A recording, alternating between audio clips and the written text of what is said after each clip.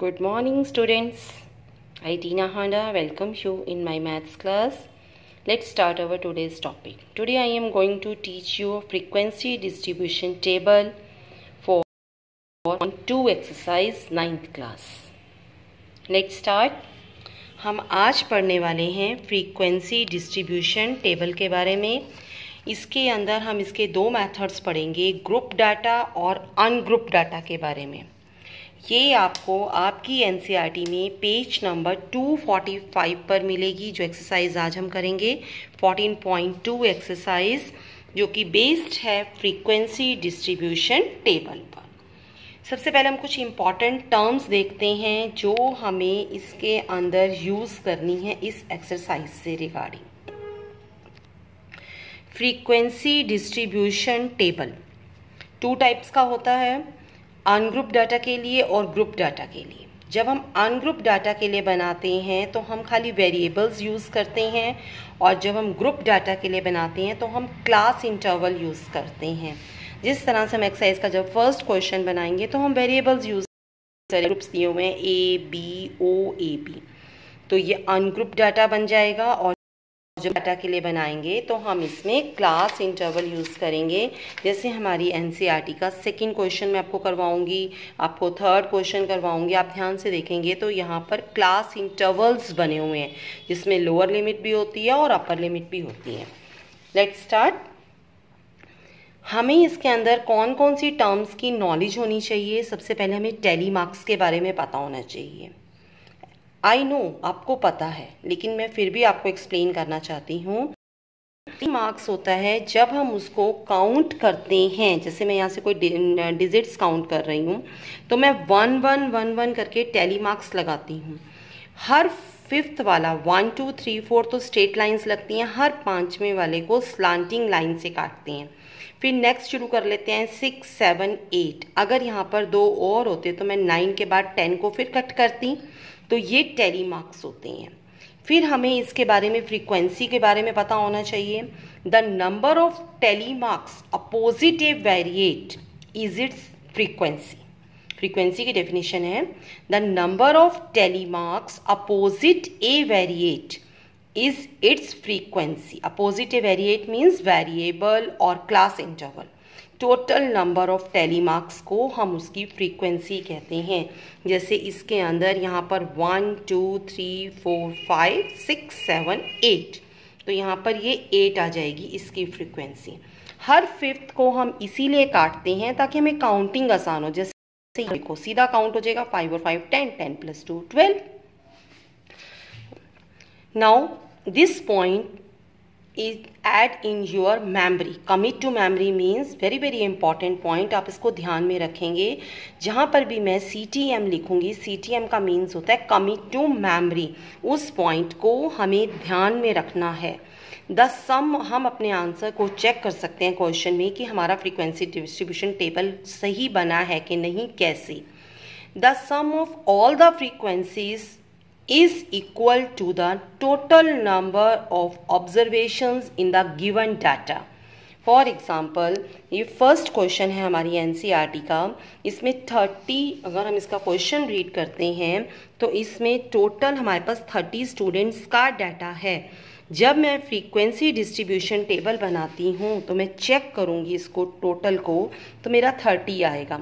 It means जो मेरा frequency distribution table है वो बिल्कुल करेक्ट है, उसमें कहीं कोई मिस्टेक नहीं हुई. मिस्टेक मीन्स मैंने कोई एंट्री स्किप नहीं करी. हमें ये ज़रूर देखना पड़ता है कि हमारी कोई एंट्री कहीं स्किप तो नहीं कर रही, तो इसीलिए हमने इस पॉइंट को बहुत ध्यान से देखना है. The sum of all the frequencies is equal to total number of observations in the given data.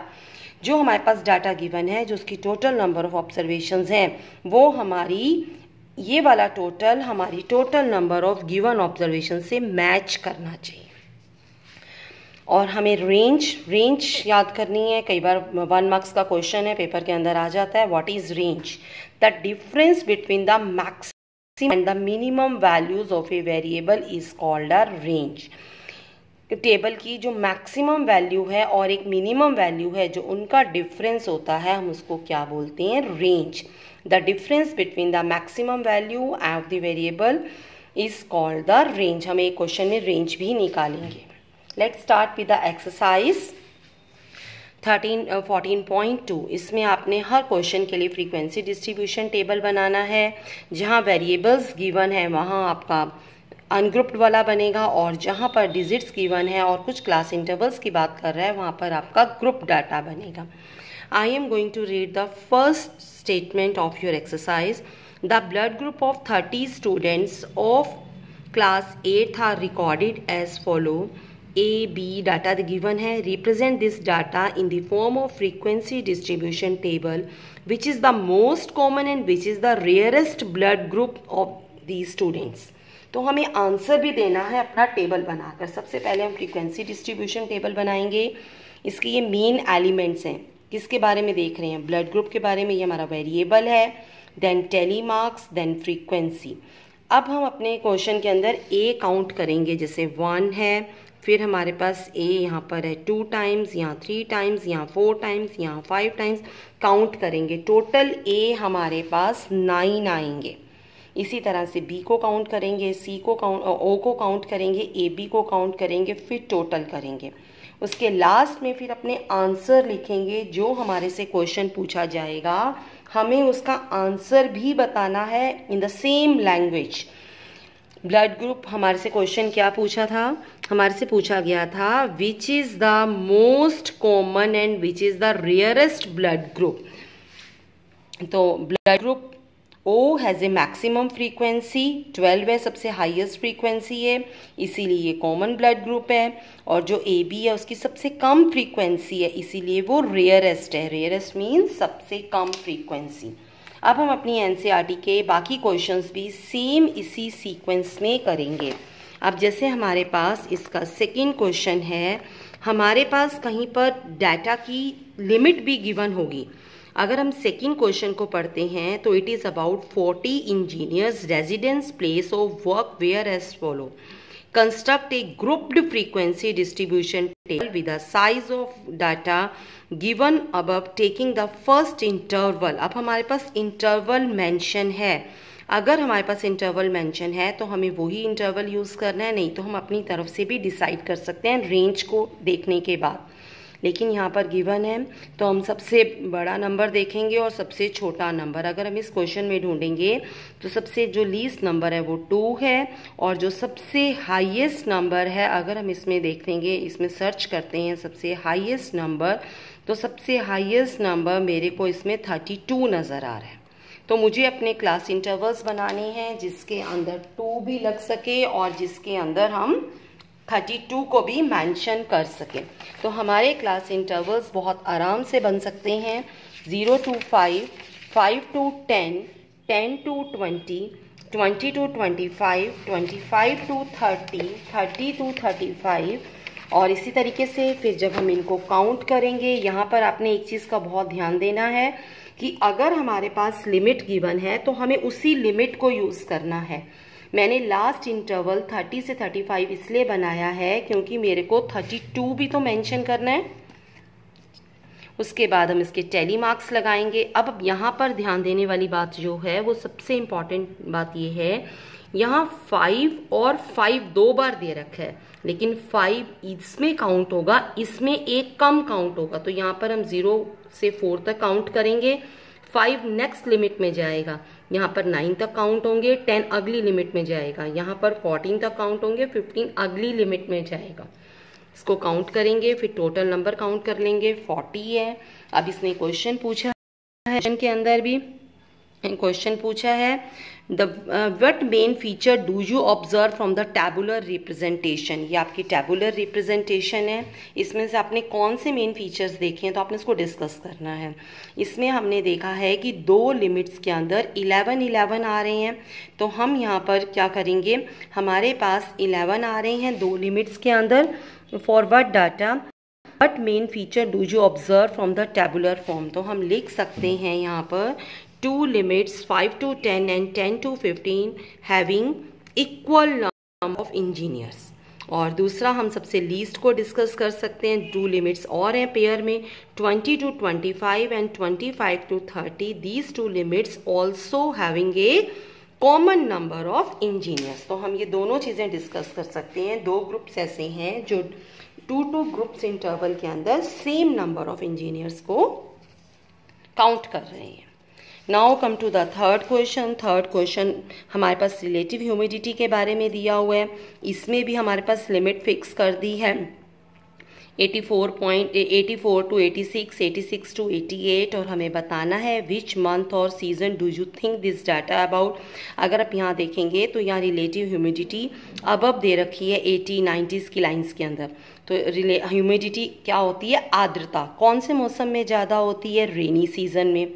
और फिर हमें इसकी रेंज भी बतानी है। अभी रेंज का फॉर्मूला मैंने आपको डिस्कस किया है, हाईएस्ट माइनस लीस्ट वैल्यू। तो हम इस क्वेश्चन को कैसे करेंगे? उसी तरीके से हम सबसे छोटी फ्रीक्वेंसी निकालेंगे, अपने क्लास इंटरवल्स बनाएंगे मैक्सिमम नंबर तक। जब यहाँ पर 86 है तो यहाँ पर 85.9 तक काउंट होगा, क्योंकि ये डाटा पॉइंट में दिया हुआ है। ये डाटा किस में गिवन था आपके पास? ये डाटा आपके पास पॉइंट्स में गिवन था। तो यहाँ पर एक कम काउंट होना है, 85.9 तक काउंट होगा। फिर आगे यहाँ पर 87.9 तक काउंट होगा। अभी मैंने आपको बताया है सबसे ज़्यादा ह्यूमिडिटी किस सीज़न में होती है? रेनी सीज़न में। और फिर मुझे इसकी रेंज बतानी है। जो सबसे लीस्ट डाटा था वो 84.9 है, जो सबसे हाईएस्ट डाटा है वो 99.2 है। जब मैं दोनों को सब्ट्रैक्ट करूँगी तो मेरे पास क्या आ जाएगी? रेंज आ जाएगी। हम इसी सीक्वेंस में चलते हुए ये एक्सरसाइज कंप्लीट करेंगे आज। हमारे पास इसके बाद 4th क्वेश्चन में भी हमें यही टेबल बनाना है। 5th क्वेश्चन में भी सेम ग्रुप डाटा के लिए जाना है। 6th क्वेश्चन में हमें अनग्रुप डाटा के लिए डिस्ट्रीब्यूशन करना पड़ेगा। आप काउंट करेंगे 0 कितनी बार है, 1 कितनी बार है, 2 कितनी बार है, 3 कितनी बार है, क्योंकि 4 ही दे रखे हैं डिजिट्स। तो हम इसके लिए ग्रुप डाटा नहीं बना सकते। इसके लिए क्या बनेगा? Ungroup data. इसी तरह से हमारा 7th क्वेश्चन के लिए भी अनग्रुप डाटा बनेगा। यहाँ पर पाई की वैल्यूज़ दे रखी है आफ्टर डेसिमल। तो 0 to 9 डिजिट्स बताने हैं आफ्टर डेसिमल। डेसिमल से पहले 3 नहीं काउंट करना, डेसिमल के बाद काउंट करना है। 0 कितनी बार है, 1 कितनी बार है, 2 कितनी बार है, 3 कितनी बार है। फिर इसमें मोस्ट और लीस्ट फ्रीक्वेंसी बतानी है। जो सबसे ज़्यादा है वो कौन सा डिजिट है और जो सबसे कम है वो कौन सा डिजिट है। फिर इसके बाद हमारा जो 8th क्वेश्चन है ये ग्रुप डाटा के ऊपर है। फिर जो 9th क्वेश्चन है वो भी हमारा इस पर लाई करेगा ग्रुप डाटा पर। तो आज आप अच्छी तरीके से 14.2 एक्सरसाइज करेंगे, जो कि बेस है फ्रीक्वेंसी डिस्ट्रीब्यूशन टेबल पर, जिसको हम क्या बोलते हैं? Tabular form. थैंक्स।